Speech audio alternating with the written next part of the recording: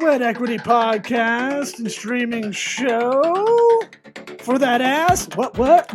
Yeah. Which ass? That ass. Tap that ass. I'm so white. That other voice you're hearing is other Eric. Ass. That other ass voice you're hearing is Eric Redinger on the ones and twos, hitting that soundboard. I know you wanted me to do it. On that other ass cheek, Law Smith, we're bringing Sweat Equity to you. We're 2020's Lux Global Excellence Awards for Best Comedy Business Podcast in the World. I don't have the Best rundown. something or other. I don't have it in front We're of me. just the best. Sweat Equity Podcast, the #1 comedy business podcast in the world. That's the one.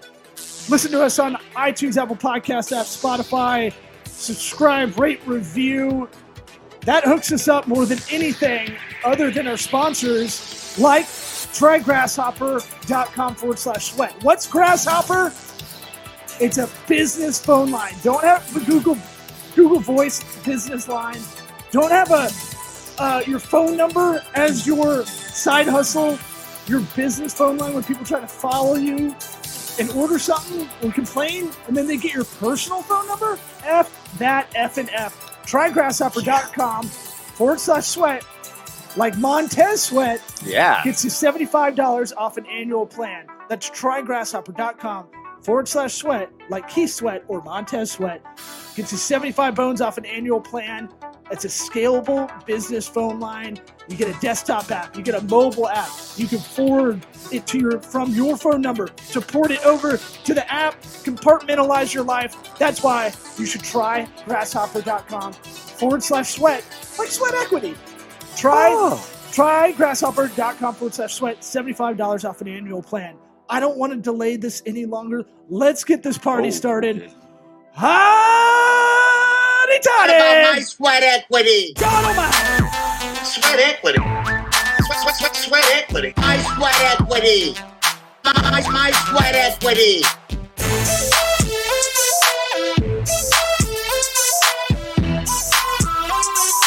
Sweat Equity. What about my Sweat Equity?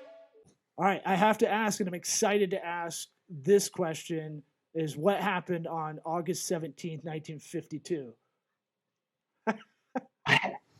And I'll tell the listeners after why I asked this, but I've been holding this in my pocket for about 3 months. I didn't think you'd remember. Yeah. Honestly, Yeah. but I actually remember I came out of the birth canal and I went waving and stuff. That was when I was born.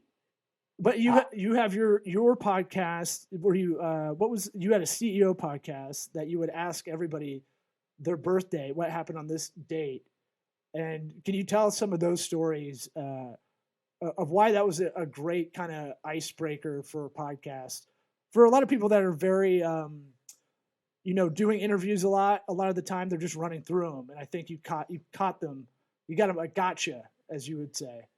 Well, the reason I did that, Law, was and Eric, was what I found out is the true value in meeting somebody is their journey. And most people always tell about where their destination they arrived at. So when you have traditional business interviews and stuff, you go, how'd you get? Oh yeah, I started the company, blah, blah, blah, blah. Well, what we all know, and I'm sure you two can relate to this, it all starts with things that happen in our life. And I was on a call right before this podcast with one of my guys that I tried to buy his company back 8-9 years ago out of Detroit. And he was all angst up, and we were talking about the journey in your life. So the reason I always ask, I find out their birthday, and I go, what happened on your birthday? So picture I'm doing every week a radio show with a CEO. And the CEOs I'm doing interviews with are some pretty real CEOs. They're not mom and poppers, I had, the Outback founders, Chris Sullivan. I've had a 3-star General Bidler. I had all kinds of different people that have been on journey. What's crazy is when you ask them their birthday and they go, it startles them, and they start their journey there. And what you find, for me in particular, is most people never recognize, even themselves, how their journey formed to where they are today. And they never recognize the ups and downs in their journey when they're experiencing ups and downs today. The guy I was just on the phone with, he was bitching and moaning, about politics, all the crap. And I'm going, why would you bitch and moan? He goes, well, look, what do you think's going to happen? I said, the same thing that happened yesterday. I mean, there might be some nuances, but you're too small. And I don't mean small in stature. And so we went through all that exercise. And so my interviews with these individuals were epic law. They would share their journeys, and I'm not going to share her name, but one. Do you want to hear an epic journey? Yeah. This is why we have you on. You're Ron Contour, my friend. Well, I had this one woman who is, if she walked in right now on this podcast, she'd go, wow. And she's CEO of a large national company. She just, got her act together. You'd just be like, man, that woman's just had nothing but a silver spoon, blessed life. There's nothing ever bumping her road. You would say that. Now, what I did was I started with a birthday. As we started going through that, she shared with me, and she goes, as she went through her journey, it turns out her father and her sister both committed suicide within a 12-month window when she was a teenager. Whoa. I mean, that'll do some damage. Yeah. So she was all screwed up, and she's 50 something now, but she was doing, like a lot of people in high school. Everybody always swears they never drank and smoked pot or anything in high school, and all they are is liars. Yeah. So at the end of the day, she started telling this stuff, and then she really got transparent. She goes, to get myself together. Now she's 51 years, and this is 2 years ago, so she's 53 now. She goes, at 19, I joined the United States Marines. So picture this woman joining the Marines literally 30 years ago, almost 20-something years ago. Do you want to know what a woman joining the Marines was like 25, 30 years ago? Yeah, I'm sure it was easy. They made a movie of it because G.I. Jane was such a atypical kind of story, right? She was just like that. She told the story. They would march her into the swamp when she was transferred to Guadalcanal. Her sergeant would march her into the swamp and at night and tell her that she needed to empty the swamp. She was on swamp empty in detail, and they sat on the bank harassing her while she sat waist deep in a swamp with a shovel for 8 hours digging a swamp out, obviously to no avail. Now, this woman, when you take the rest of her journey and stuff, she's been through stuff. She, long story short, today, she's a highly successful CEO, drop dead gorgeous as far as physical. If you met her, you would go, that's the most positive woman. I mean, holy smoke, she just had nothing but a silver spoon in her life. And the reality is, it's all part of the journey. That's why I do it.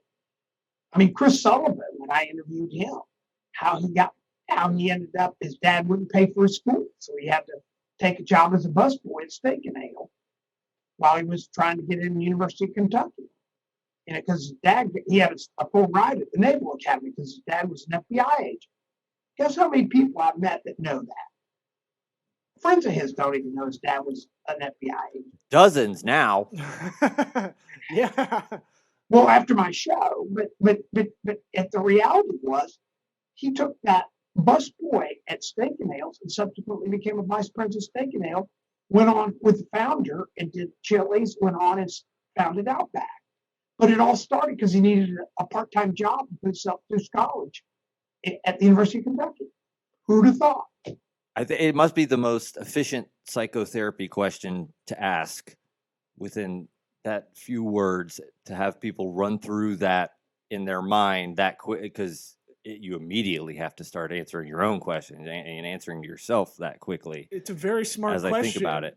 Because it shows a couple of things. A, it shows that you gave a shit to take 5 minutes and look it up, right? So there's a little bit of that subconsciously there. So it imbues a little bit of trust, I guess.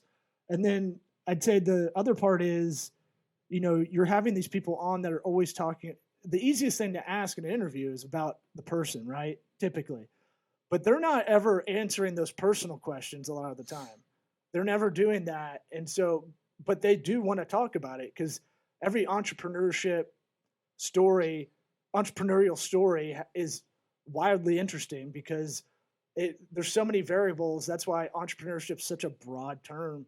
You can't really describe it that well other than it's tough.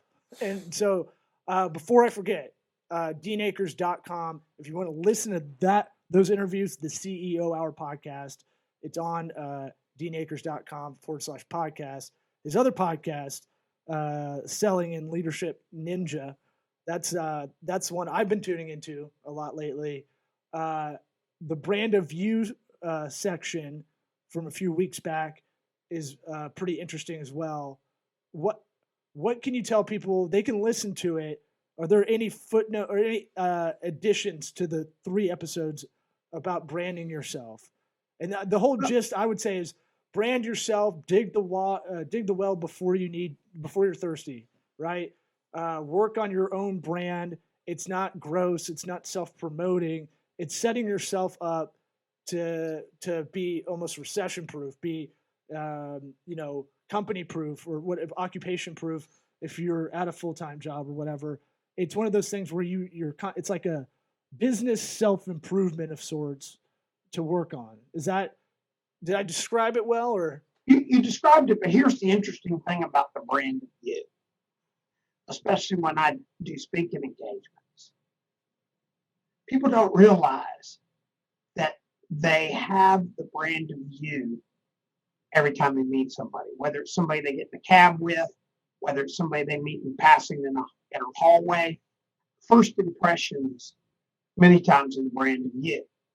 And so the brand of you starts immediately. How you develop the brand of you is a follow through. So what I've found with most people is they don't understand that first impression is critical. It's critical. Now, you don't have to, do something special like wear a suit all the time and stuff. But what is one of the coolest things that you can do for the brand of you that ingratiates yourself to people? Oh no, this is one of Dean's quiz questions, and I don't know the answer. For people listening, you're teaching CEO, but you're teaching in real talk in real time. I was trying to look up something as you're asking that question. Give it to us one more time. Sorry. Okay, so what is one of the techniques I've found, especially in face-to-face, is one of the most positive things you can do in creating a step up in the brand of you when you first meet somebody? Ask them about them. Believe it or not, this will sound old school, but it's so powerful. It's unbelievable. You'll even find today maybe a little bit of awkwardness because of the COVID, but reach out and shake their hand. Oh, yeah. And it doesn't matter whether it's a female or male. So it's not like if it's a girl, you don't shake their hand. And if they say my name's Fred, while you're shaking their head, you go, Fred, what's your last name? And they go, Fred Smith or whatever. What's the most powerful words in somebody's psyche? I love you. Yes, I don't know. No, it's actually truly the sound of their own name. It's still the most powerful words in somebody's psyche. And so what happens is as you engage them and they feel that engagement, what have you done for the brand of YOU with them? Promoted it. Validated them. Yeah, you've engaged them. And what's crazy is when you engage them, when you walk away, it's almost phenomenal. It's almost should be illegal. In fact, it's like gravity. If you open a hand, it's like gravity. They always go, wow. Because guess how many people today really do an active engagement of the other person, caring about them. And I would say do it with genuine feelings. Don't just do it because you read it in the book. How many people really feel that personal engagement today, even more than ever? It's true. Yeah, I mean, I remember what I was trying to look up was on my iCal. We met about a year ago, roughly, at a networking event. Probably neither of us would usually go to, but Yeah. our mutual friend put it on, and I remember meeting you and and going, "Oh, this guy is very interesting," and immediately told me about his interim guy aspect, but also that getting a vasectomy would be the best $600 I ever spent. And I go, that I would like to work for that guy. So I like people that can not be so formal professional all the time, because you read the room or you read me and you go, this guy likes dick this jokes. guy looks like Jesus' sure. alcoholic brother or Nicolas Cage in Con Air. This guy probably parties. I can tell him all this stuff. I think Justine, our friend, told you I did stand up and had a professional life, but Actually, she didn't tell me, but when Oh. you shared that with me, I think that's still so cool. well, I think it's interesting that you've watched like every Netflix special, and people should know that are listening. You have the Adjunct CEO as a brand that you go out and you'll go out and do speaking engagements, and I'm sure as soon as those are happening in situations where you can have crowds, you'll be on the road again.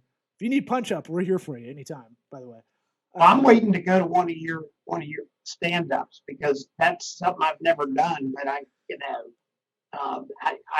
admire stand-up comedians, and literally I love Netflix because I watch all the stand-up comedians on there, and I go literally almost every day to see what new it is on there. But what's even crazier is I go on Netflix and find old ones that I never saw before, and I Googled everything on Netflix. I don't know if they bring up new old ones. Yeah, they'll buy or license older ones for a while, and then depending on if they have a sex scandal or not, they may take them off. Yeah. Do you have a favorite, Dean? Favorite stand-up? Oh, my favorite hands down is Ron White. I mean, I've traveled all over the United States to see Ron White. I've seen him so many times live. The worst time though, it actually turned me off, is I watched his Netflix special, and then my son and I flew to see him do his show, and we watched the Same special thing. Huh? It was the same thing. I mean, exactly. Oh yeah. Yeah. That's what's tough now. I'm sure that was like before that there was they realized a connection there. Now you can't do that. You have to turn over material. Yeah. Now they burn it. Once it goes on tape, it's done. But Well, so that was a little bit of disappointment, but I still love Ron White. And I love, I like Burr. I like him. He's always, and then I like, what's her name? Oh, Thank God, a woman.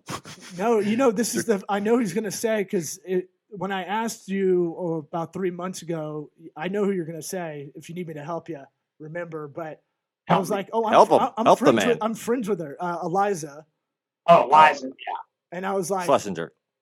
Yeah, but from I'm just saying for the audience. Yeah, she dropped the last name because it's too hard for a lot of people to say. But it's like, for someone of your age and stature to be like, who do you like? And you're like, Eliza. I was like, that's great that you have watched a lot of that. A lot of people, a lot of older white male figures don't. That's not her demo. But you realize I did when I started with her. I was like, she's smart. She's very business savvy too. You can tell in the way she constructs bits. But I just, that and Ron White being her favorite because he's my favorite. And I've gotten to open for him once and kind of lost my shit doing it. But it was one of those things where he's got a scotch in his hand. That's real scotch. And this is like a Tuesday night in Atlanta, like 10 years ago. And there's like, hey, I'm just gonna sit in the car with the scotch. Just give me a knock. Give me a knock when I need to go up, or you're about to go up. I was like, all right. I have to go knock on his car. But stand-up comedy's got to be one of the toughest form of speaking and stuff because you're vulnerable. I've never done it, but I can't even imagine you've done stand-up comedy. To put your material together, you've got a raw audience. But it's a lot of what you talked about because you have to read the room. You have to think of the audience as one person if you can. If it's a good, decent setup, You want that audience to galvanize, like Steve Martin says, and if you can engage with them, like if you're just straight up, I'm going to do my material. I'm not going to I'm going to ignore what just happened over here. That was crazy. You have to really take it all in. You can't just be robotic about it, or else it is the only art where I feel like that fourth wall is broken, whether a lot of people realize it now or not. And it's fun to play with that too, because they think they're watching Netflix if they zone out so much. So you can be like, look, this ain't Shakespeare. Like, I can talk. I can see you. Right. I'll put my nuts right on your face. Like, I don't care. Like. That's why he doesn't do stand up anymore. That's why I have a year ban. No. But I don't. We can go down that route. You, by the way, I guarantee have done stand up better than most stand ups have done it. I just knowing your personality and being able to work with you, because you're tossing out dimes left and right that are throwaways for you. That's how I know you easily do it in your speaking engagements. With the brand of you stuff, what are you working on for your brand of you? Well, I do podcasts. And I got to tell you, I'd like to tell you, podcast was a real scientific thought process, but it happened about 3 years ago when I took over a company to run, and we were getting thrown out of offices. We were told to, can I use the F-bomb on a podcast, this one? Please do. Oh, this one? Yeah, we encourage it. Yeah. So I would go see customers, and they'd tell me to get the fuck out of there when I gave my card. And I go, man, this is better fruit. And they hated it. So I had to figure a Trojan horse to have them invite me in. And so I went on the radio, and I started a show called The Condo Coaches. And every week I had a Saturday morning, Sunday morning show. It was recorded, and we recorded it, and it would go out on Saturday and Sunday morning on AM stations across the state of Florida. And I was the head condo coach, and we would quote all volunteers to help condominium associations with problems. And I'd have another guest, which would be a roofing guy, an insurance guy, or something. And I was the head condo coach. And we would talk, and it really was crazy. I mean, it went crazy. And at the same time, podcasts were just starting. So I was recording it anyway. So I put it up on YouTube, and we had video, and I put it up on podcasts. Well, my podcast, still today, I get emails every day from people listening to the podcast, like, can you help me out with this? My condo association, or the board member of this and this. So that's how I got in it. Then I got asked to speak by a guy by the name of Chris Krimitos. Do y'all know Chris? Yeah. From the Florida Podcasters Association. Correct. And so Nice. he was pioneering podcasts. So I got this. He said, would you come speak at PodFest, which was first started. And now it's a big convention in Orlando. And I went there. We just started talking. Long story short, next thing I know, I've done 160 episodes. I've had hundreds of thousands of downloads. It's people relate to it, and it's just become something like brushing your teeth.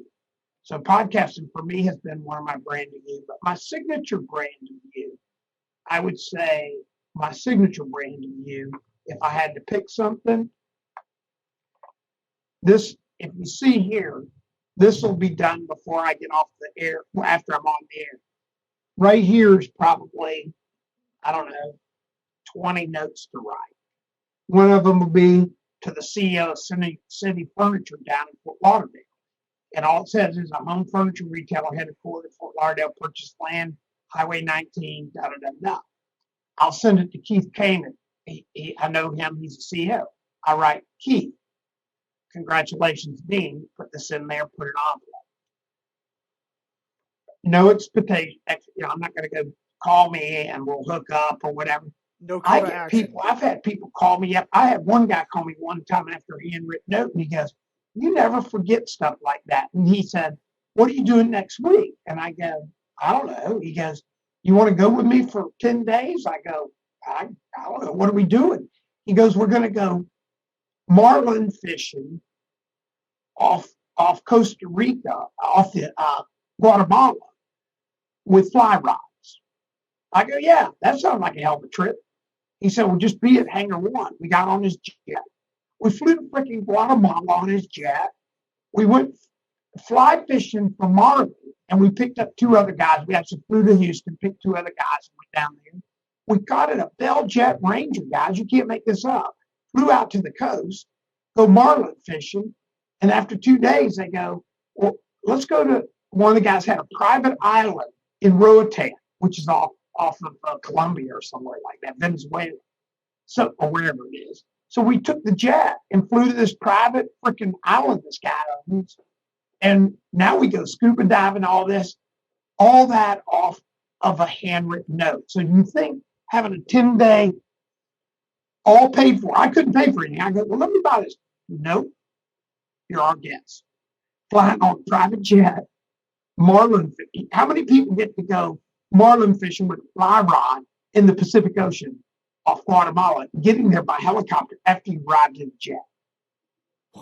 I didn't know you could fish for marlin with a fly rod. How does that work? Yeah. How is it not? I don't. Here's how it works. You tease them up, and they come right up to the back of the boat. These big ass fish. I mean, it's crazy. Yeah. They come up, and you've got teasers out, and then you throw the ballyhoo and stuff out there, and then the marlin hits it. Well, when the marlin hits it, all you do is follow him around for 2 hours. Okay. So it's. I mean, you eventually get him near the boat, and they call it a catch and release. And you'll be fighting him, and he'll just take line, and you'll watch that reel just go. He's doing whatever he wants. Right. But the rush is just, I don't know, it's a rush. Yeah. But it came off of a note. And what analytics marketing nerds would call a touch point, but it's not. Way to ruin it. No, but You it's not. ruined It's it. not for that though. It's not. It's almost. You're almost granola hippie in that way of. I looked at that as a gratitude thing almost when you send those out. And I saw your iCal at one point, and you got at least the lowest amount of birthdays I saw in your iCal. I think was about 7 on a day. I do every day. I got one, Ideal Image, which was a company that I was able to grow from 1 to 60 locations. It was a great exit for me. It was the whole transaction was worth millions to me personally. And that all happened strictly out of a handwritten birthday note I wrote somebody. He said, "You never forgot my birthday." And I hadn't seen him in 6 or 7 years. I was semi-retired at the time. I sold my construction company. He goes, "What are you doing for lunch?" I go, "I don't know." He says, "Let me buy you lunch." So we go have lunch. And while we're at lunch, he says, "I got these 2 chiropractors. They have this one med spa. I wonder if you might be able to help them." Went over there, helped them out a little bit. Then they said, "Would you be our CEO and we'll give you ownership," and blah, blah, blah. We blew it out in the next 5 years with 60 locations.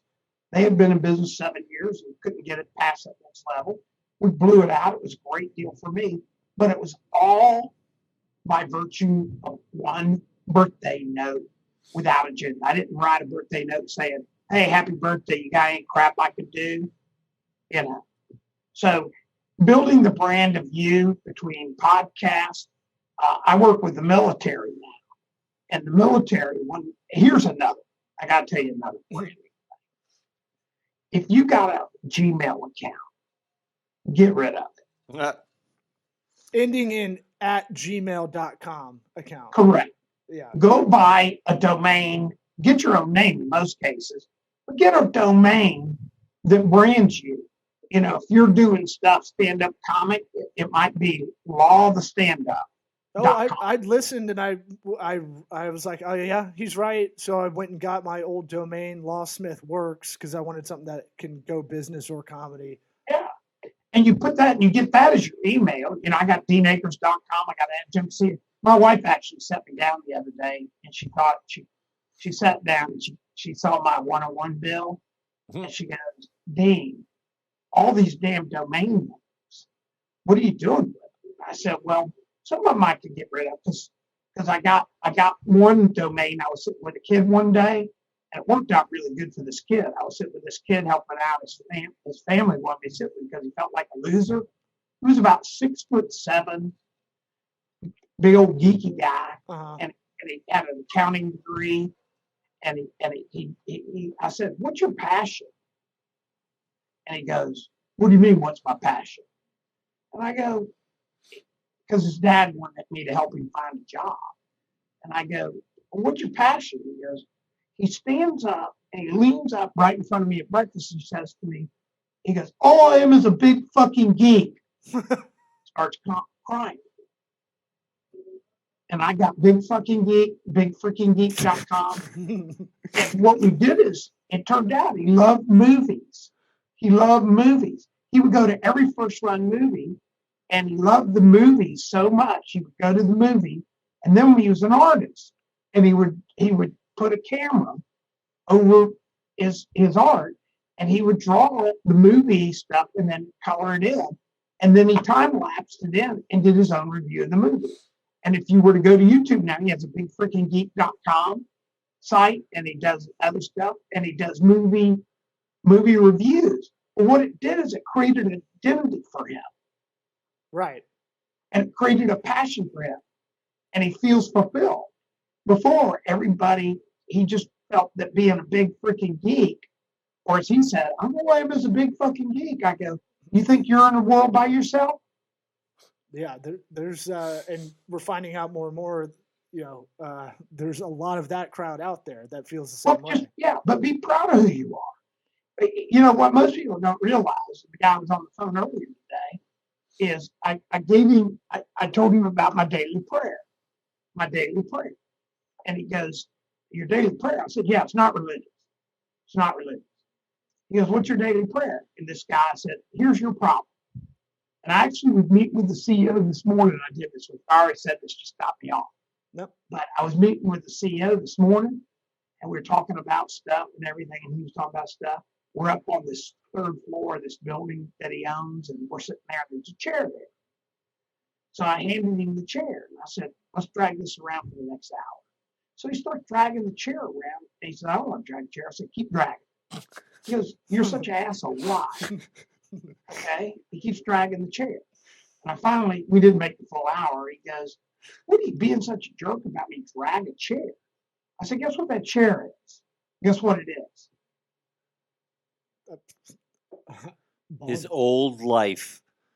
Well, his past. I was going to say ball Okay, yeah, I got it. I was going to go ball and chain metaphorically, but yeah. Okay. Yeah.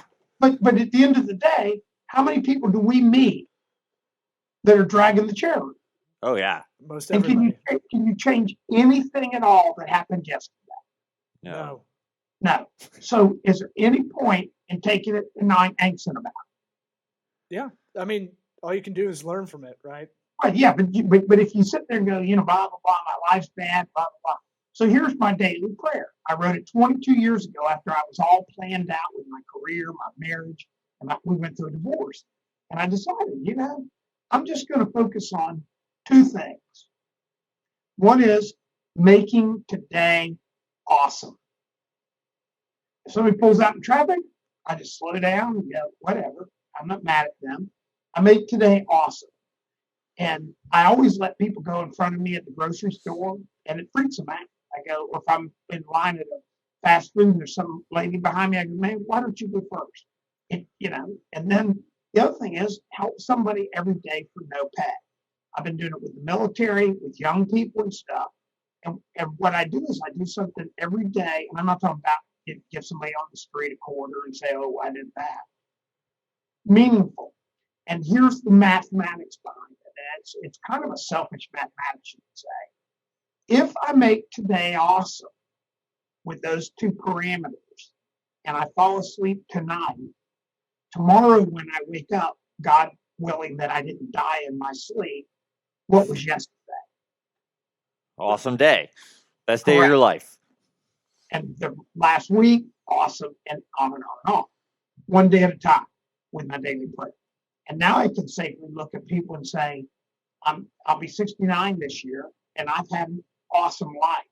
And people talk about stuff. They go, well, have you done much? I said, I've probably done more than 99.999% of people. I fly fish for marlin, obviously. I went to the New York Jets, Baltimore Colts Super Bowl 3. How many people say they went to that?